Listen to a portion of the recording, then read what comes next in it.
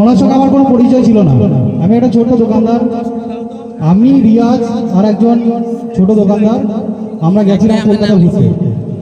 তো মোটামুটি রাত্রি প্রায় 9টা বাজতে চলতো। সেই টাইমে ইমরান ভাই বলেছিল যদি মার্কেট দিয়ে যান অবশ্যই একবার আমাদের ম্যাকপাড়ে ঘরটা দেখে আসবেন এবং সেলিম ভাইয়ের সঙ্গে একবার দেখা করে আসবেন।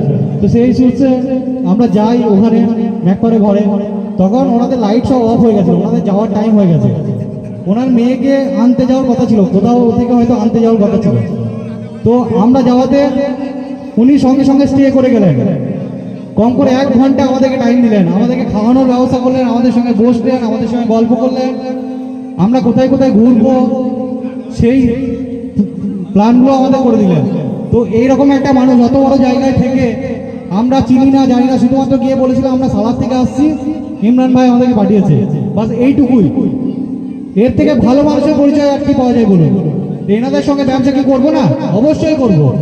যারা এই ছোট ছোট ব্যাপারগুলোকে দেখেন, আমরা তো চাইবো যে এনাদের সব কিছুকে দেখতে। তো আমরা ভালো ব্যবসা এনাদের সঙ্গে করব।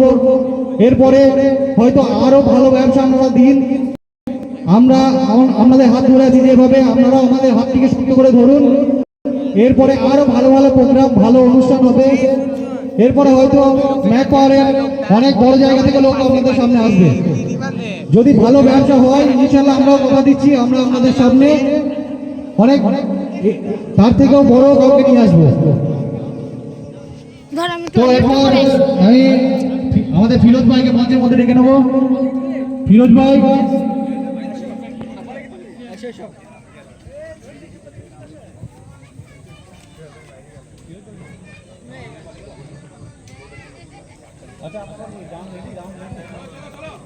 আচ্ছা ফিরোজ ভাই নেই, আমাদের পরবর্তী ড্যান্সার আমাদের মঞ্চের মধ্যে আসবেন।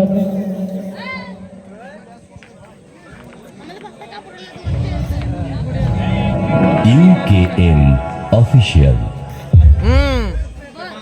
বাউল, ও বাউল, ইনি সেই চন্দ্রকান্ত বাবু না? হ্যাঁ হ্যাঁ হ্যাঁ হ্যাঁ হ্যাঁ